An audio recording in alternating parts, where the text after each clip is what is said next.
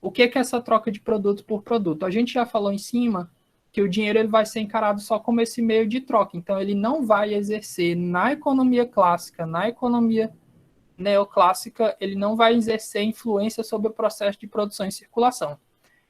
As transações elas só são reflexos do fluxo real da economia. Então, é bem questão de prova. Ou seja, eles não produzem para ganhar dinheiro, logo o processo é essencialmente produto por produto. A moeda não vai fazer efeito. Disso aí a gente consegue tirar uma diferença entre os argumentos do Sé e o argumento do Ricardo. Porque para o Sé, o produtor vende sua mercadoria porque ele quer comprar outra. Ou, para o Ricardo, eles dizem que existe uma identidade entre aquilo que se produz e isso vai gerar uma demanda.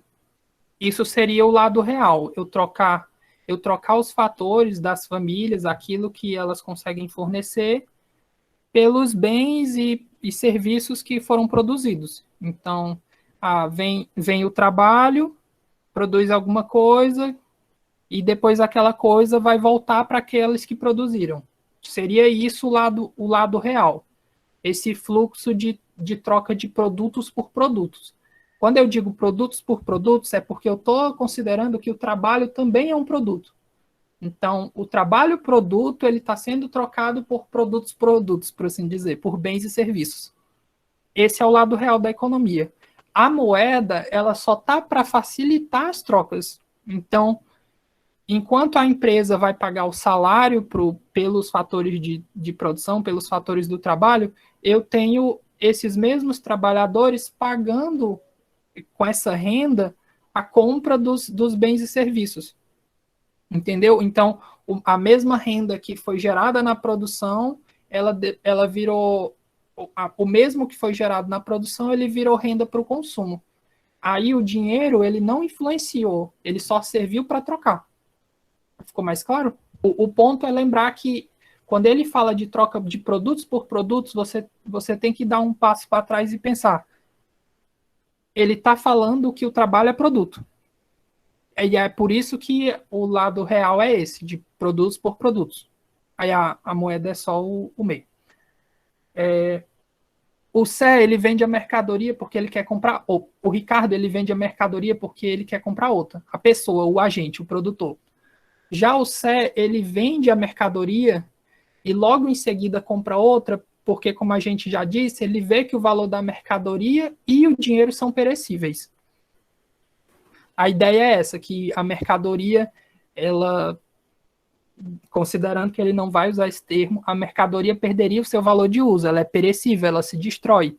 Então, o Sé diz que a pessoa produz, ele vende essa mercadoria porque ele quer comprar outra, mas ele vai fazer isso de modo imediato, de forma que tudo que eu receber de renda eu vou gastar, porque o dinheiro e o coisa é tudo perecível. Esse é só o resumo para dizer por que ele vai gastar tudo. É função do dinheiro. Para o Marx, o dinheiro sempre leva a possibilidade de crise. Então, a moeda para o Marx ela é uma expressão do valor dos produtos, seja meio de troca ou circulação de mercadorias, mas ela também serve para ser um fator de acumulação e um fator de entesouramento. Quando ele fala nesses dois pontos, que a moeda serve, além de trocar as mercadorias, como os outros já estão fazendo e a gente viu, que ela serve para acumulação e para entesourar, eu já começo a quebrar a lei de Sé. Por quê? Porque se eu começo a acumular ou se eu começo a entesourar, eu estou interrompendo o processo de circulação de mercadorias. Porque não era a moeda que servia para eu fazer com que os agentes trocassem produtos por produtos. Quando eu digo que eu estou guardando, por algum motivo o capitalista está entesourando, então ele está cessando esse processo de circulação. Então, o capitalista que obtém dinheiro pela venda de sua mercadoria, mas não pode usar ele de imediatamente para comprar outros produtos, ele retarda ou interrompe o processo de circulação, o interrompendo no caso do entesourar. Quando ele simplesmente guarda dinheiro por guardar dinheiro. Provavelmente ele nem sempre vai fazer isso, mas em algum ponto, digamos que ele queira ampliar uma fábrica, ele vai guardar um dinheiro porque ele precisa de um volume maior. e pode ser que nem sempre ele esteja disposto a fazer uso do crédito. Aí, essa seria a ideia pro Marx, né? Então, o Sé ou o Ricardo, o dinheiro é visto não apenas como um meio de troca, mas também como sendo gasto imediatamente, como a gente disse. O Sé, o dinheiro é perecível e o produtor não deseja conservá-lo em suas mãos. E o Ricardo, o dinheiro serve para adquirir bens de consumo ou de produção. Logo, os possuidores do dinheiro não têm motivo para manter o equilíbrio em suas mãos por mais tempo que o necessário. Então, para o Ricardo, ele acha que se eu recebo o dinheiro, eu vou gastar ou em consumo ou em meios de produção, mas eu não vou segurar isso por mais tempo por tempo suficiente que faça uma crise chegar, entendeu?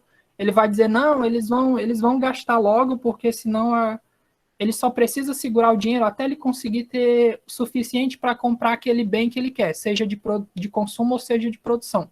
Então, para ele, o capitalista, ele não, quando ele entesoura, ele não é culpado pela crise que poderia vir surgir por esse interrompimento do ciclo de circulação de mercadorias. Não sei se ficou claro. Isso para o Ricardo. O Célio só vai dizer as coisas perdem valor, é tudo perecível, não quero que isso fique em minha mão. O dinheiro era só meio de troca, então satisfazendo minhas necessidades está ótimo. Já o Ricardo é isso. O capitalista vai segurar o dinheiro só o suficiente para fazer com que ele tenha condições de ampliar ou de consumir algo que ele quer. Ou ampliar os bens de produção ou de consumir alguma coisa que ele deseja. Então, a partir do momento que ele juntou essa grana, que ele juntou esse capital, ele gasta. Ele não vai segurar, ou ele também não vai ser culpado. Tipo assim, a gente diz, pode ser que tenha alguém que segurou o dinheiro, né? Ou a economia toda segurou o dinheiro e parou de gastar. Mas para o Ricardo isso não acontece, porque assim que ele conseguir o suficiente para ele satisfazer essa necessidade de bens de consumo ou de produção, ele vai fazer. Igualdade entre produção e demanda. Acho que vai dar tempo, né? Como o produtor de um determinado valor é também o comprador de produtos do mesmo valor, os produtos se trocam por produtos, como a gente já falou. Daí não há excesso de produção, ou seja, a demanda é igual à produção. Só repetindo o que a gente já disse. Acontece, entretanto, que os produtos criados na economia, eles são de diferentes tipos. O que isso implica? Mesmo que a produção tenha gerado renda, é que nem aquela história do sal que eu falei, mesmo que a produção tenha gerado renda, os produtos eles são de tipos diferentes e servem para fins diferentes. Então, mesmo que chegasse alguém e dissesse, vou contratar todo mundo que está na UFP para fazer sal. Beleza, vocês vão receber o dinheiro de vocês e tudo bem, né? Mas vocês vão gastar tudo que vocês receberam para fazer sal, entendeu? Então, o Ricardo, ele diz que, no caso, eu tenho esses produtos que têm valores de uso diferentes, que servem para fins diferentes. Tá passando uma moto gigantesca aqui.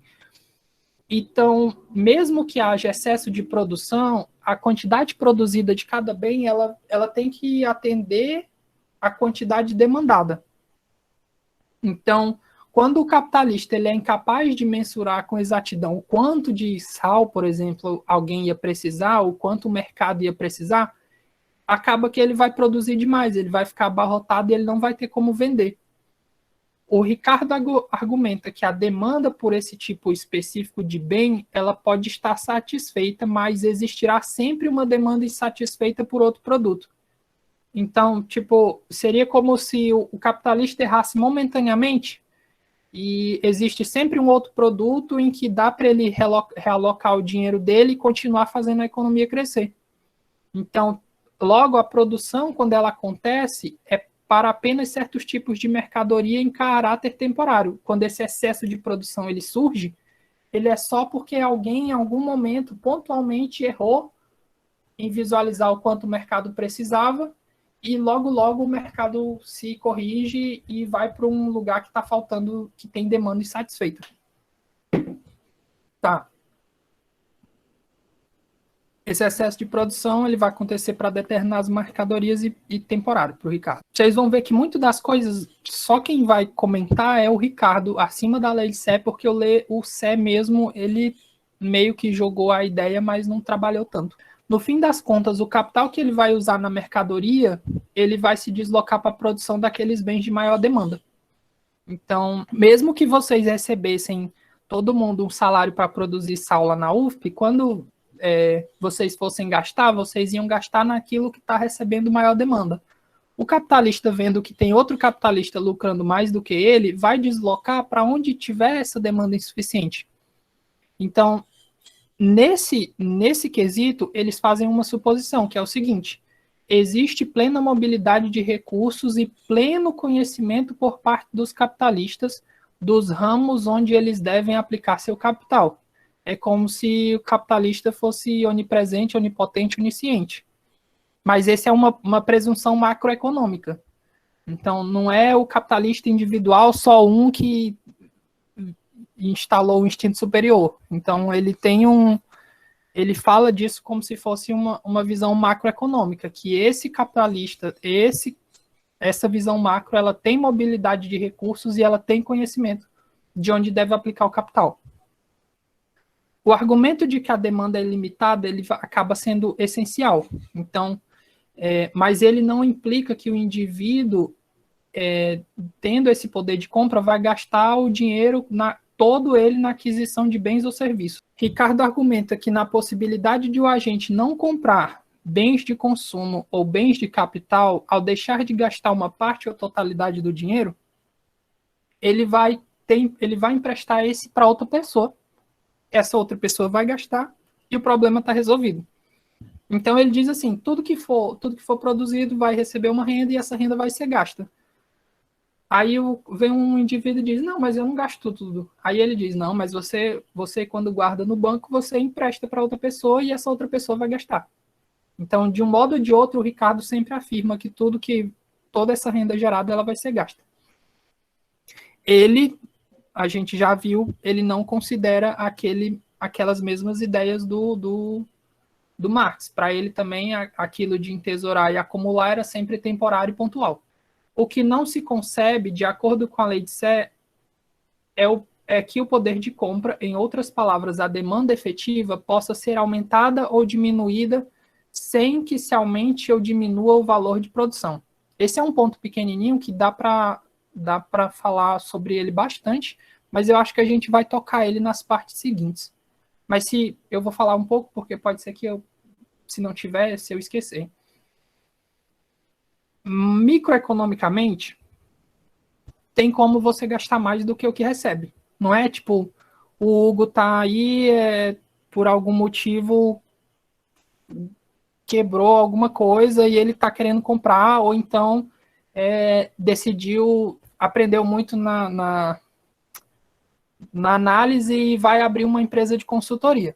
O Hugo tem 100% do salário dele, não sei quanto é, mas ele percebe que não dá para gastar, ele precisa de mais do que aquilo. O que o Hugo faz? Ele recorre ao empréstimo, ele vai recorrer ao crédito.